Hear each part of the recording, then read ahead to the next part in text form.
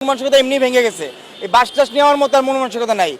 সরকারের কাছে একটু আবেদন যে আমাদের অন্তত একটা বসার জায়গা দেখ, ঠিক আছে?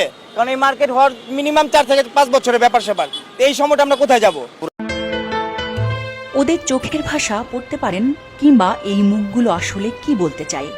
ওরা বলতে চায় ওদের শ্রমে, ঘামে আর মমতায় তৈরি দোকানগুলো ভেঙে পাহাড়সম অট্টালিকা গড়ে তোলা হচ্ছে, তাতে ওরা ক্ষুব্ধ, আবার অসহায়ও। এক নিমিষেই ওরা পথে এসে দাঁড়িয়েছে। এখন শুধু ভরসা খোঁজার শেষ চেষ্টা।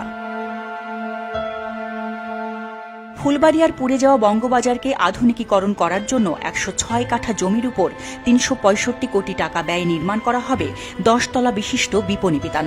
সেই উদ্দেশ্যেই উচ্ছেদ করা হয়েছে বর্তমান দোকানীদের। খালি করা হচ্ছে জায়গা, এ যেন মরার উপর খাঁড়ার ঘা। আগুনে পুড়ে ছাই হয়ে যাওয়া দোকান কোনো মতে দাঁড় করিয়ে চলছিল ওদের জীবন। এখন সেখানেও পড়েছে থাবা। মার্কেট পোড়ার পরে আমাদেরকে বলছে 4 মাসের সময়, 4 মাস অতিবাহিত না হইতে হইতেও কইছে চান্দাইতে মাল খালি করে দিতে। তা ঠিক আছে, তারা বেড়া দিবে, দেও, তারা বেড়া দাও দিয়ে আমাদের এই জিনিসগুলো ভাঙতো, তাহলে আমরা কিছু কাঠ পাট সরাইতে পারতাম। আমাদের মন মানসিকতা এমনি ভেঙে গেছে। এই বাস টাস নেওয়ার মতো আর মন মানসিকতা নাই। সরকারের কাছে একটু আবেদন যে আমাদের অন্তত একটা বসার জায়গা দেখ, ঠিক আছে? কারণ এই মার্কেট হওয়ার মিনিমাম 4 থেকে 5 বছরের ব্যাপার স্যাপার। এই সময়টা আমরা কোথায় যাব? পুরার পরে আমরা কি তিরপাল দিয়া চকি বসে কোনো রকম আর কি বেচাকিনি করছি। এখন তো উচ্ছেদ করার পরে একটু শেষ। এখন আমরা সাধারণ দোকানদাররা যারা গরিব মানুষ কী করে খাবে এটাই টেনশন নেই। তাদের বাল বাচ্চা আছে, পড়ালেখা আছে, সংসার আছে। দেশে গিয়েছিলাম, আয়সা দেখি মার্কেট ভেঙে সব মানুষ লুটপাট করে নিয়ে গেছে। আর এখানে যে অনুদানটা আসছিল, অনুদানের টাকা আমরা এখনো কিছুই পাই নাই আসলে। আর এখানে অনেক মহাজন মালিক আছে, যারা আছে এখনো অ্যাডভান্সও পাওয়া হয়নি। এইসব দোকানীদের অনুদানের জন্য সরকার থেকে 22 কোটি টাকা বরাদ্দ দেওয়া হয়েছে, কিন্তু সেই টাকার খোঁজ জানেন না কোনো দোকানি। আপাতত সরকার থেকে তাদের জন্য কোনো ব্যবস্থা করে দেয়া হোক, তাহলে পরিবার নিয়ে খেয়ে পড়ে তারা বাঁচবেন। সেই আশায় বসে আছেন তীর্থের কাকের মতো। পাবেন কি কোনো আশ্বাস? মিলবে কি কোনো ভরসা?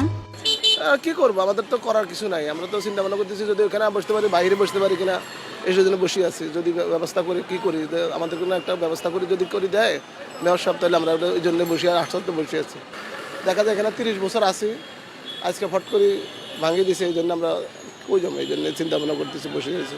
আমাদের পূজা দেওয়ার পর আসলে সব শেষ, হে পর্যা একটু ঘুরে উড়েছি, হে রোজ শেষ হয়ে গেল। আমরা কেমনে চলবো? আমরা কোন জায়গায় দোকান লাগাবো?